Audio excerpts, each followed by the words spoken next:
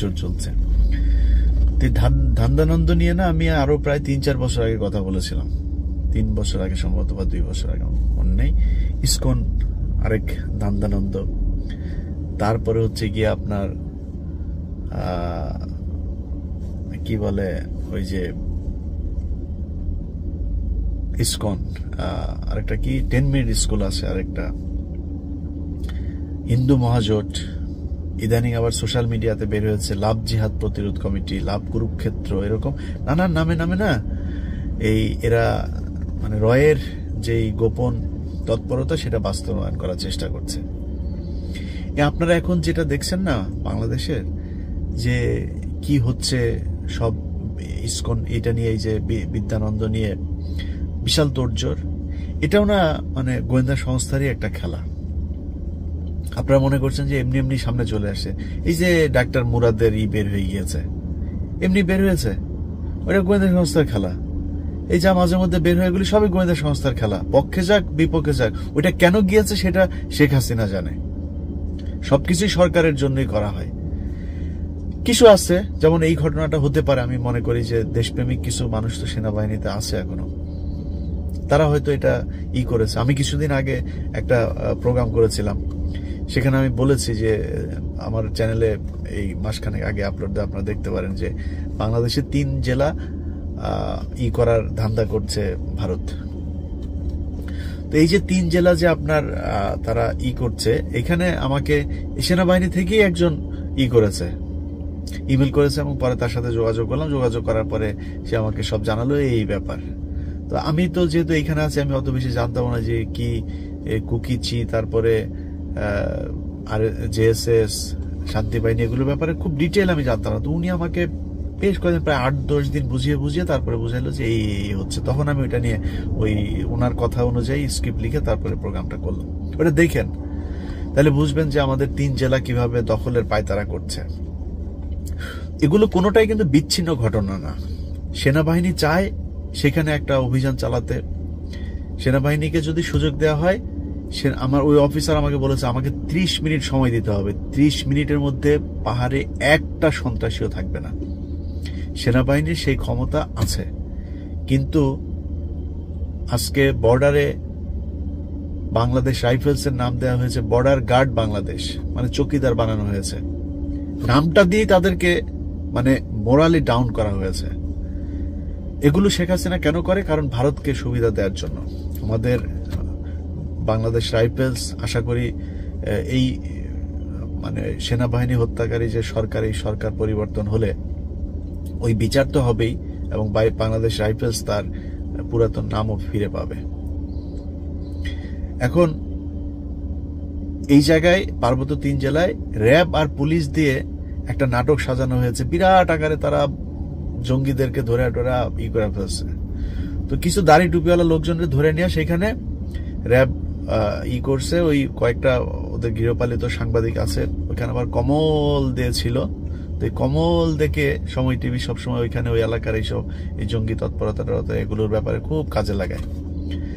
তো কাজে লাগায় তারা করে কি, ওইখানে মুসলমান কিছু জঙ্গিরে বানাইছে, লোকজনের বানাইছে জঙ্গি।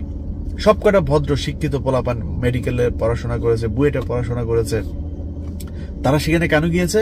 তারা যখন দেখেছে সেখানে পাহাড়ের সেই নবমুসলিম আপনার উমর, তিনি মারা গেলেন, আর অনেক কিছু হয়েছে, সেটার কোনো বিচার নাই। তখন তারা সেখানে করলেন যে আমাদের কি তাহলে এটার প্রতিবাদ করতে হবে। তাদেরকে ধরে নিয়ে তারপর সেখানে বানানো হয়েছে জঙ্গি। নাটক সাজায় কয়েকটা সাংবাদিককে দিয়ে ছবি টবি তুলে, আমার এই প্রোগ্রামটা দেখলে বুঝবেন যে সেখানে তারা কিভাবে নাটক করেছে। ওই প্রোগ্রামটার নাম হচ্ছে, আমার টাইটেলে আছে যে বাংলাদেশের 3 জেলা দখলের পায়তারা করছে ভারত। সেই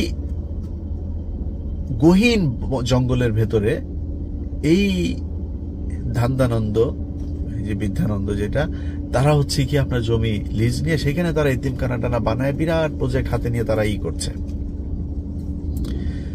আল্লাহ হয়তো বাংলাদেশের মানুষের প্রতি কিছুটা দয়া আছে, যে কারণে হঠাৎ করে এই জিনিসগুলো সামনে চলে আসছে।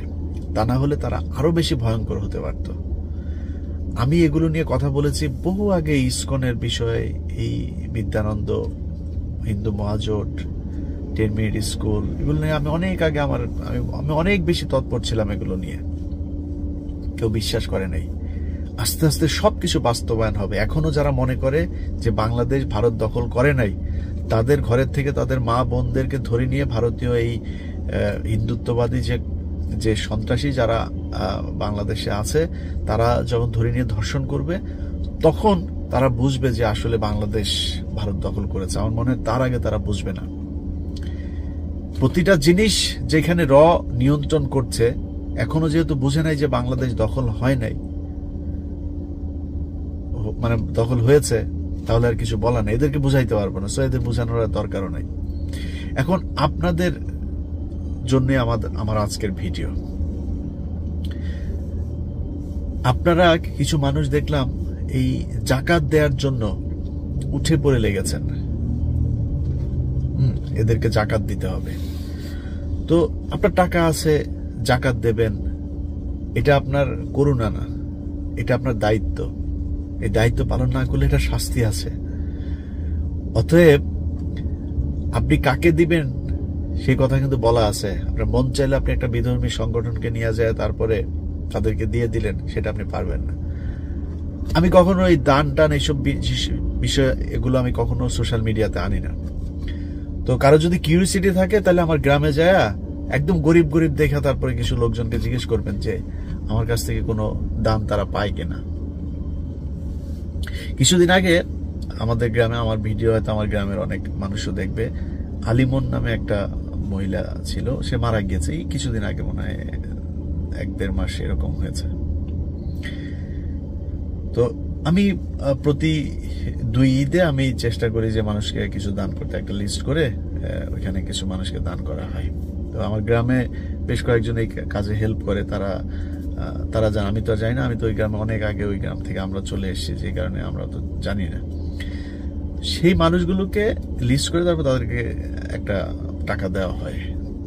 এই যে মহিলার কথা বললাম, এই মহিলা মারা যাওয়ার আগের, অর্থাৎ গত ঈদে, আমার মনে আছে স্পষ্ট, তার কাছে টাকা নিয়ে দেওয়ার পরে সে হাউমাউ করে কান্না করে দিয়েছে, কান্না করে মুনাজাত ধরেছে যে আল্লাহ বোধহয় তাকে নিজে থেকেই টাকাটা পাঠিয়েছে। তো যে গিয়েছে সে বলছে, কি হয়েছে, কান্না করছেন কেন? তখন সে বলেছে যে আমার ওষুধ কেনার টাকা নাই, আমি খুব চিন্তায় ছিলাম যে আমি কি করব এখন, আমার তো খুব খারাপ লাগছে, শরীরে ব্যথা, মানে প্যারালাইজ টাইপের হয়ে গিয়েছিল, এখন কি করবে? তো এই টাকাটা মনে হয় আল্লাহ নিজে হাতে ধরে তারপর আমাকে দিয়ে গেল। তো আমার খুব মানসিকভাবে ভাল লেগেছে যে এরকম এত অভাবগ্রস্ত একটা মানুষকে সাহায্য করতে পেরেছি। এই জন্য কিছুদিন আগে গ্রাম থেকে আবার একজন ফোন দিয়েছে যে আপনার কিছু টাকা দিতে হবে। কেন?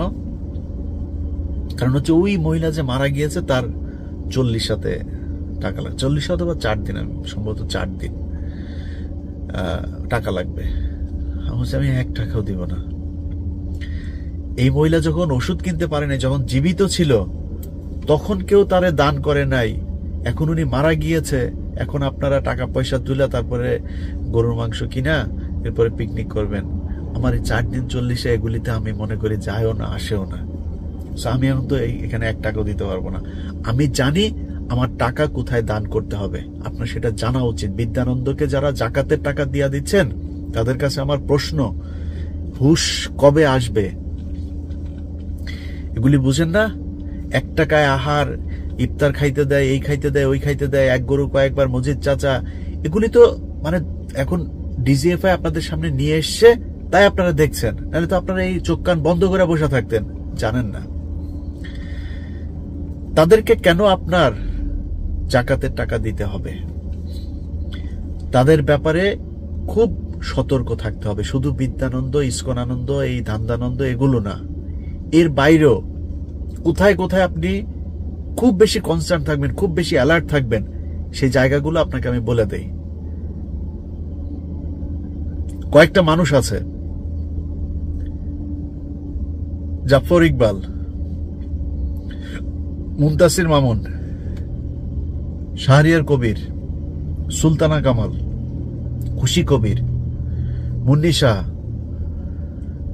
এই যে তসলিমা নাসরিন, আরেকটা আছে, ওইটার নামটা আসলে এদের সাথে মেলানো ঠিক না, ওইটা ওইটা আবার ওই অন্য লেভেলের, শ্রেষ্ঠ লেভেলের আরেকটা আছে। সেটা হচ্ছে দুইটা আছে, একটা হইলো ওই যে কিছুদিন আগে যে। প্রিয় দর্শক শ্রোতা, নাহিদ নয়, দুর্নীতিবাজদের বিরুদ্ধে স্লোগান দিয়েছিল শিক্ষার্থীরা, এমনটাই বলছেন। সব শালারা বাটপার, আর্মি হবে ঠিকদার স্লোগানটি দুর্নীতিবাজ, ঠিকাদার ও প্রশাসনের বিরুদ্ধে দেওয়া হয়েছিল। এটি কোনোভাবেই উপদেষ্টা নাহিদ ইসলাম কিংবা অন্তর্বর্তীকালীন সরকারকে ইঙ্গিত করে দেওয়া হয়নি, এমন দাবি করেছেন জগন্নাথ বিশ্ববিদ্যালয়ের শিক্ষা আন্দোলনরত শিক্ষার্থী ভাইয়েরা। বুধবার 13 নভেম্বর জগন্নাথ বিশ্ববিদ্যালয়ের শহীদ মিনার প্রাঙ্গণে এ বিষয়ে জানাতে সংবাদ সম্মেলন করেন আন্দোলনরত শিক্ষার্থীর প্রতিনিধিরা। সংবাদ সম্মেলনে সংগঠক রাকিব হাসান বলেন, স্লোগানটি ছিল মূলত ফ্যাসিবাদ আমলে নিয়োগপ্রাপ্ত দুর্নীতিবাজ, ঠিকাদার ও প্রশাসনের বিরুদ্ধে। বিগত 6 বছরে তারা দ্বিতীয় ক্যাম্পাসের জমি অধিগ্রহণ করতে পারেনি, প্রকল্পের মেয়াদ 4 বার বৃদ্ধি করেও কাজ শেষ করতে পারেনি, বরং তারা নিজেদের পকেট ভারী করাসহ রীতিমতো পুকুর চুরির ঘটনা ঘটিয়েছে।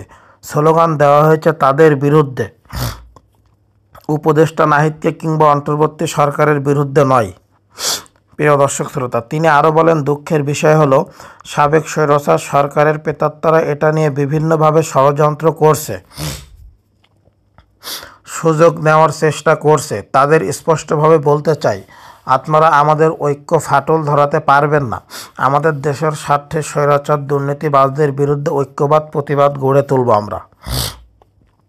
এ সময় আন্দোলনের মুখপাত্র তৌসিফ মাহমুদ সোহান বলেন, ফেসবুকের কিছু পেজে বিষয়টি ভুলভাবে প্রচার করা হচ্ছে। মূলত স্বৈরাচারী কিছু দালাল এটিকে ভুলভাবে ব্যাখ্যা করেছে।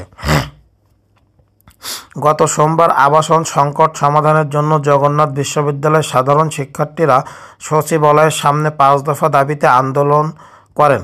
সেখানে শিক্ষার্থীদের বিরুদ্ধে শিক্ষা উপদেষ্টা নাহিদের বিরুদ্ধে কুরুচিপূর্ণ মন্তব্য করার অভিযোগ ওঠে এবং এটি নিয়ে সামাজিক যোগাযোগ মাধ্যমে সমালোচনা দেখা যায়।